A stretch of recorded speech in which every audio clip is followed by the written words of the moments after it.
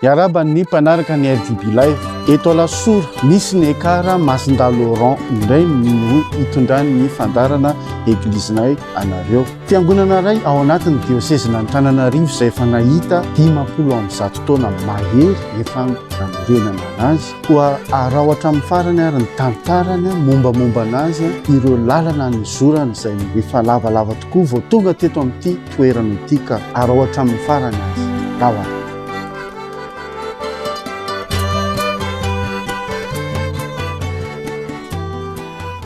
inona ary no ataonay asan'ny apôstôly toko 2:7 Akafaliana no entina hiarabana anareo izay manaraka tsy tapaka ny fandaharana ny EGLIZINAY eto amin'ny pejin'ny RDB Live. Araka nefa voalazan'ny mpanolotra ny fandaharana teo dia izay ety amin'ny EKAR Saint Laurent Alasora no mivahiny ato amin'ny fandaharana. Mialohan'ny hitantarako anareo ny tantaran'ny fiangonana dia tiako ny mampafantatra anareo fa izao zavatra rehetra izay lazaiko eto dia azo avy amin'ireto loharano manaraka ireto tao ny lovatsofina izay lovaina tamin'ireo kristianina niaina teto amin'ny fiangonana. Teo ihany koa ny resaka ny fanaovana mivantana tamin'ireo ray aman-dreny izay niaina ny tantara mazava ho azy, ary tao ireo boky izay nosoratan'ny tompona andraikitry ny fiangonana sy ny kristianina teto amin'ny fiangonana. Araka izany dia i Saint Laurent no mpiaro ity fiangonana ity ka isaky ny 10 volana aogositra no ankalazana ny fetim-piangonana. Raha ara-jeografia ny toerana misy ny fiangonana dia eto tampon-tanànan'ny commune ambanivohitra Alasora, izany hoe ao anatin'ny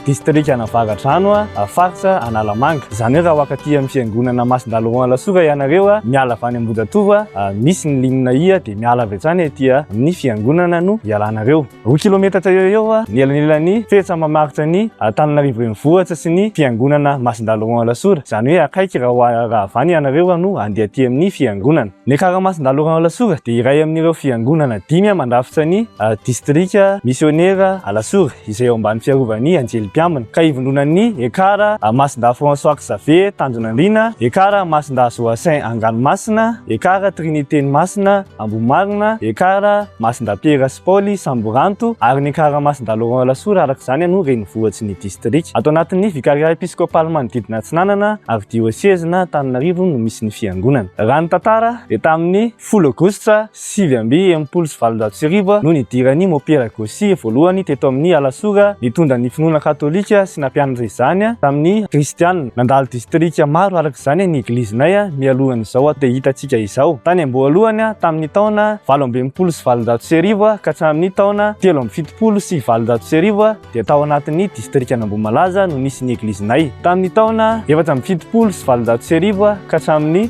taona 5 dia tao anatin'ny distrika Tanjombato indray no nisy ny fiangonana. Tamin'ny taona 9 ka hatramin'ny taona 17 sy 7 dia tao anatin'ny distrika Nambohizanaka. Ary nanomboka tamin'ny taona 17 sy 7 dia tao anatin'ny vondrona Androalo indray no nisy ny fiangonana. Ary nanomboka tamin'ny taona 5 dia naleo tena ao anatin'ny distrika Alasora no misy ny fiangonana. Ho tantaraina amintsika ary izao ny tantara ny fiangonana tao anatin'ny distrika Namboamalaza tamin'ny taona 17 sy ka hatramin'ny taona 17 sy teo anelanelan'ireo taona ireo dia tonga teto amin'ny fiangonana ny mpanentana izay nitarihan'ny Révérend Père Gosia sy Révérend Père Alphonse Taix. Izy ireo izay mpiandraikitra ny distrika tamin'izany nefa dia sarotra ny namakilay teto Alasora satria nahazo vahana tanteraka ny fanompo-tsampy sy ny fivavahana nentim-paharazana. Teo ihany koa ny nananganana fivavahana ara-panjakana ny fivavahana protestante izay nampanano sarotra ny ireo misionera ireo. Araka ny lovatsofina ny 17 Mey taona 17 dia nanomboka ny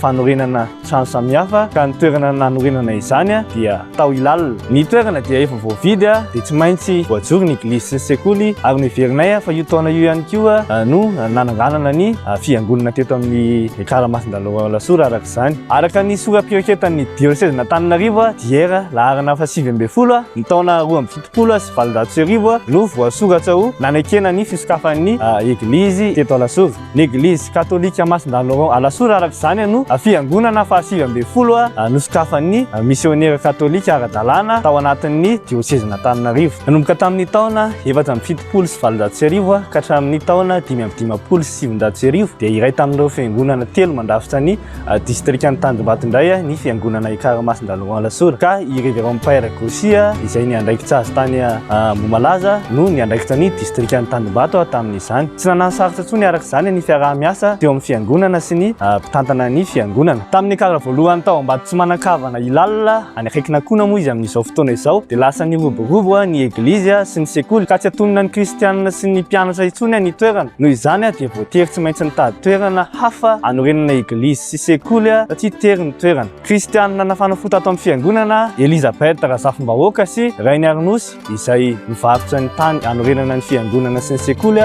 tao Soamanerina izay tonga ambony arenana ankehitriny. I révérend père Limousin no nitarika ny fiangonana nanomboka teo nanao ny aintsio zavatra izy tamin'ny fananganana ny fiangonana nitsanganana tamin'ny tafo boriky. Vita soamatsara ny eglizy sy ny sekoly vita tamin'ny tany manga izay namboarina teto toerana ihany. Tena lavorako tanteraka ny asa vita tamin'izany fa mbola tsy vita tanteraka nefa ny asa dia tonga imopera kale ny solo toerana ny père Limousin izay nanateraka ny asa ny 7 aogositra 770 no andro nitokanana izany eglizy zany teto amin'ny fiangonana. Nakalazaina tamin'ny fomba ofisialy ihany koa i Saint Laurent ho mpiaron'ny eglizy. Nosoloana ho tafo tany manga nefa ny tafon'ny fiangonana sy ny sekoly tamin'ny taona 570 izay nakalazana tamin'ny fomba manetsiketsika ny 510 taona ny fiangonana. Nanomboka tamin'ny taona 570 ka hatramin'ny taona 770 dia niankina tanteraka tao anatin'ny district Anambodizanaka ny EKAR Saint Laurent Alasora. Tamin'ny fotoana nitondrany mopera Zanatson Vincent de Paul ny fiangonana dia nivoaka ho pretra teto amin'ny fiangonana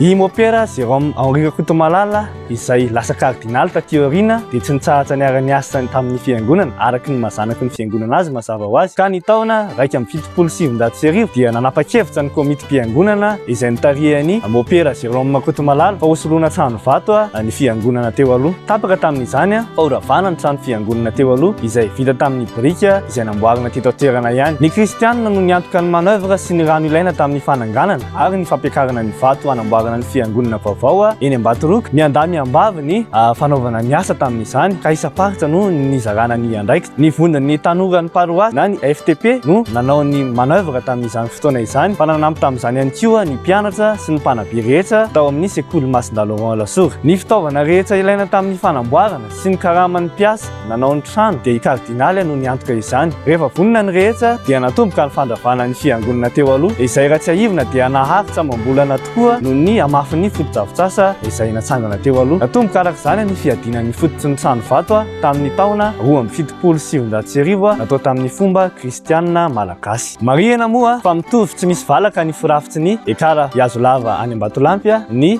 firafitsy ny EKAR Saint Laurent Alasora satria ny mpiasa tany ihany no nampiandraiketan'ny mopera Jérôme Kotomalala ny fananganana ny fiangonana. Notokanana tamin'ny taona 770 izay nakalazana ny 100 taona ny fiangonana izany trano vato izany izay mbola hitantsika mijoro mandraka ankehitriny. Ny voalohan'ny volana Novambra 570 moa dia nodimandry tany amin'ny EKAR Iazolava i kardinaly Jérôme Kotomalala. Tsy ahivina moa fa zanaky ny fiangonana izy ary noho ireo soa maro sesehena izay nataony teto amin'ny fiangonana dia ezaky ny voalohan'ny volana Novambra nanomboka tamin'ny taona 770 mandraka ankehitriny dia manao fiatahana masina any ny kristianina eto amin'ny fiangonana izay irariana mbola holovain'ny taranaka faramandimby izany fanantanterahana ny fiatahana masina izany.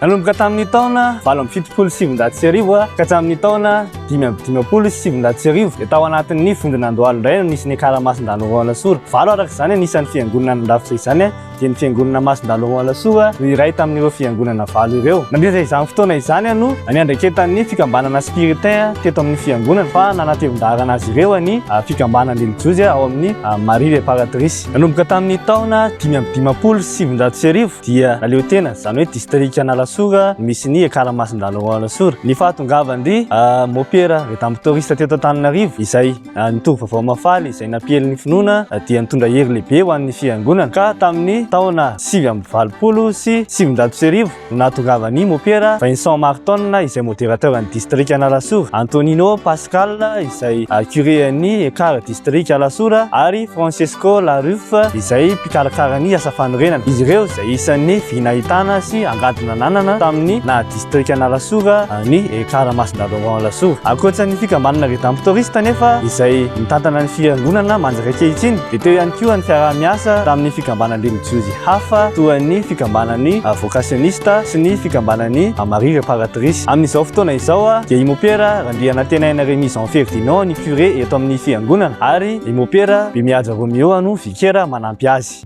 Rehefa fantatsika teo mombamomba ny fiangonana sy ny orena dia ndray antsika anaraka an'ireo fikambanana masina izay mijoro ary indrindra fa ny hery velona namelona fiangonana tao anatin'izay 50 taona nahery izay koa andao arahantsika ary ny tantaran'izany satria misy hatramina fianarana izay tsy nisaraka tamin'ny fiangonana fa nanaraka telefona dia araho hatramin'ny farany andao ary.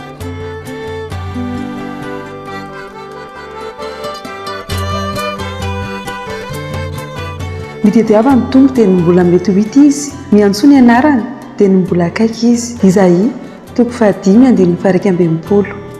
Isan-kalahady misy lamesa telo eto amin'ny fiangonana. Amin'ny enonora sasany maraina izay misy mpivavaka eo amin'ny 200 ka hatramin'ny 700 eo. Ny lamesa amin'ny 9 maraina misy mpivavaka eo amin'ny 700 ka hatramin'ny 100 eo ary ny lamesa amin'ny ariva amin'ny 4 izay ahitana mpivavaka 300 hatramin'ny 500 eo. Izany rehetra izany nefa dia miankina amin'ny fankalazana misy eto amin'ny fiangonana no mamaritra ny isa mpivavaka. Isan'andro ihany koa dia misy lamesa eto amin'ny fiangonana manomboka amin'ny maraina akoatsin'ny sabotsy izay manomboka amin'ny 9 sasany. Isan-kalaka misy ihany koa dia misy ny fitsahoana ny sakramenta masina atao amin'ny fiangonana izay manomboka amin'ny 9:00. Raha ny mahakasika ny fiantsoan'Andriamanitra indray dia azo lazaina fa miroborobo ny asa famalinany an'Andriamanitra atao amin'ny fiangonana satria maro ireo tanora no mandeha miditra anatin'ny fikambanany religieuzy mamaly izay antso izay. Fa raha ho an'ny taona 2023 manokana dia namoaka mopera roa ny fiangonana izay tao amin'ny Diosezin imopera Franklia atao ihany koa mopera izay atao amin'ny fikambanana redemptoriste. Miisa 120 ny faritra mandrafitra ny fiangonana izay ahitana APV 70 amin'ny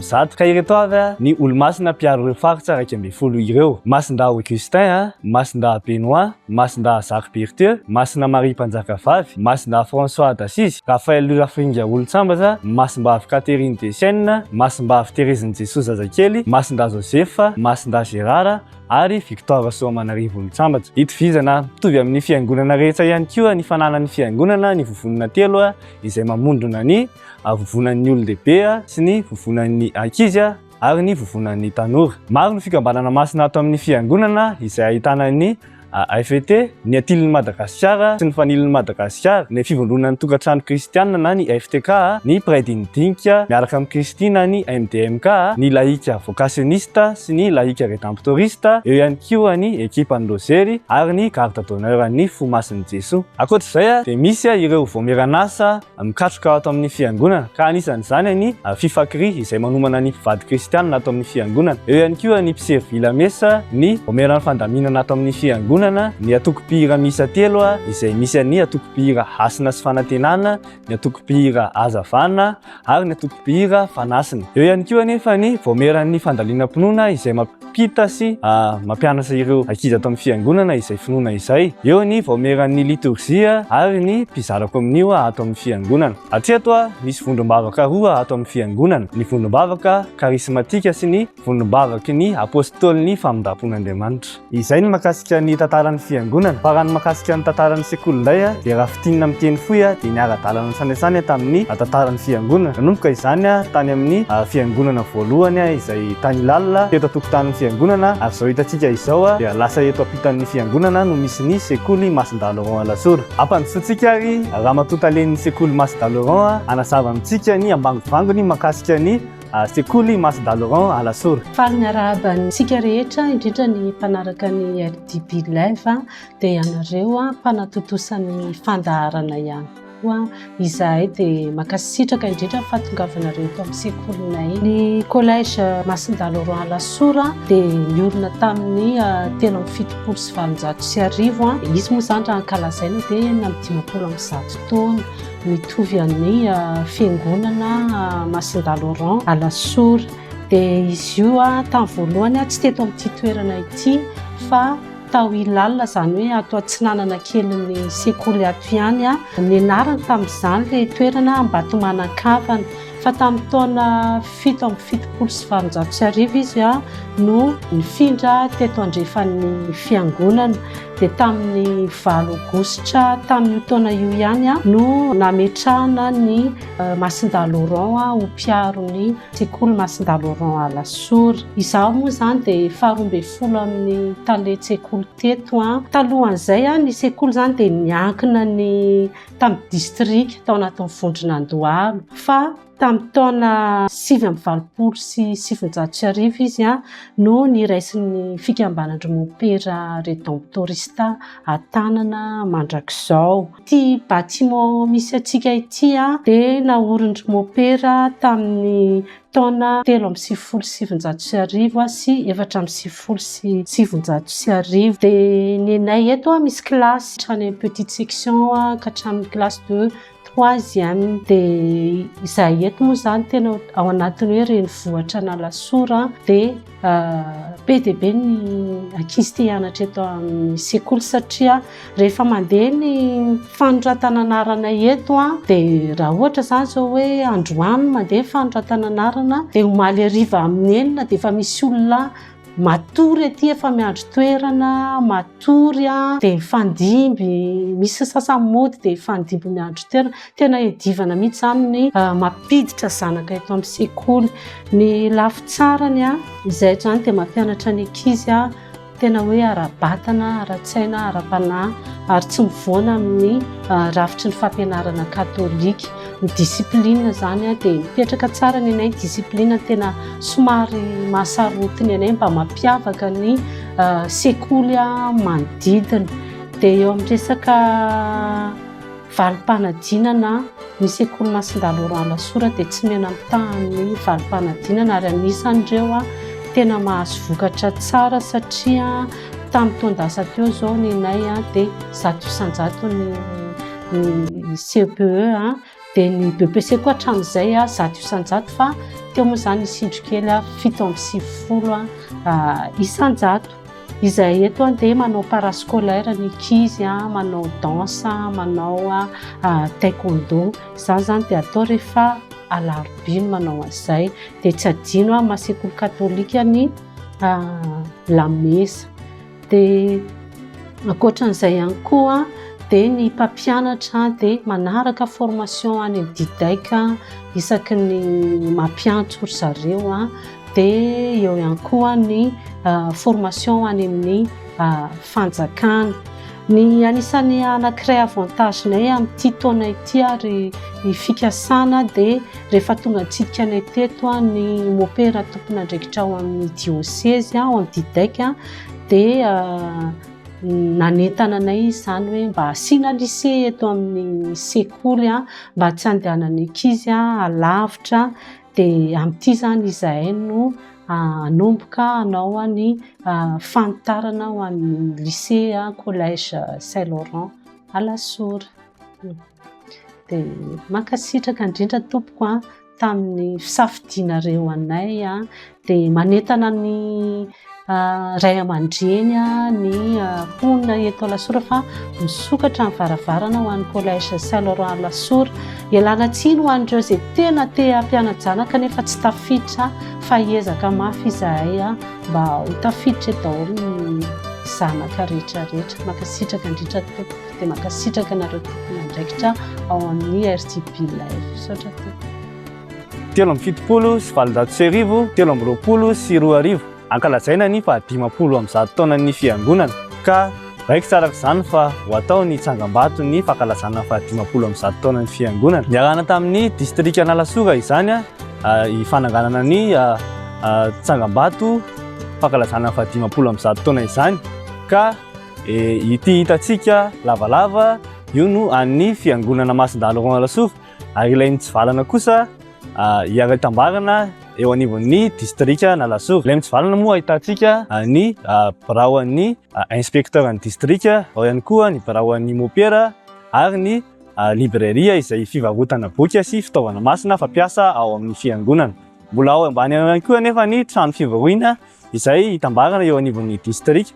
Fa raha ny mahakasika ny salle d'œuvre manokana izay an'ny fiangonana EKAR Saint Laurent Alasora dia tamin'ny 7 ny volana septambra taona 2020 no natomboka ny fiadiana fototra.